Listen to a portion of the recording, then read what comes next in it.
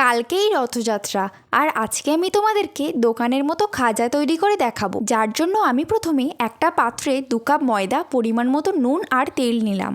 এরপর ময়দাটাকে ভালোভাবে ময়াম দিতে হবে। যখন দেখবেন ময়দাটাকে চাপ দিলে এরকম জড়ো হয়ে যাচ্ছে, তখনই অল্প অল্প জল দিয়ে ময়দাটাকে মেখে এরকম সুন্দর ডো বানিয়ে নিতে হবে। এরপর সেটাকে 10 মিনিটের জন্য চাপা দিয়ে রাখতে হবে।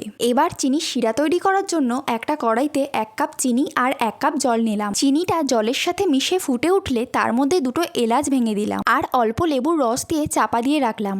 10 মিনিট পর এবার সেই ময়দা থেকে লেচি কেটে নিলাম। 2 কাপ ময়দাতে আমার 8টা লেচি হয়েছে। এবার অল্প কর্নফ্লাওয়ার নিয়ে লেচিগুলোকে তার উপরে দিয়ে একটা একটা করে বেলে নিতে হবে। সেগুলোকে রুটির মতো বড় করে নিতে হবে, আর ঠিক এরকম যেন পাতলা হয়। এরপর একটা পাত্রে 1 চামচ কর্নফ্লাওয়ার আর 1 চামচ ঘি দিয়ে তাকে ভালো করে মিশিয়ে নিলাম। মেশানো হয়ে গেলে একটা করে রুটি নিয়ে তার উপর সেই মেশানো কর্নফ্লাওয়ারকে দিতে হবে। তার উপর আর একটা রুটি দিয়ে আবারও সেই মেশানো কর্নফ্লাওয়ারকে তার উপরে দিতে হবে। একইভাবে 8টা রুটিকেই পরপর দিয়ে দিতে হবে। এরপর সেই সবগুলোকে এইভাবে রোল করে নিতে হবে। রোল করা হয়ে গেলে সেগুলোকে এরকম পিচ পিচ করে কেটে নিতে হবে।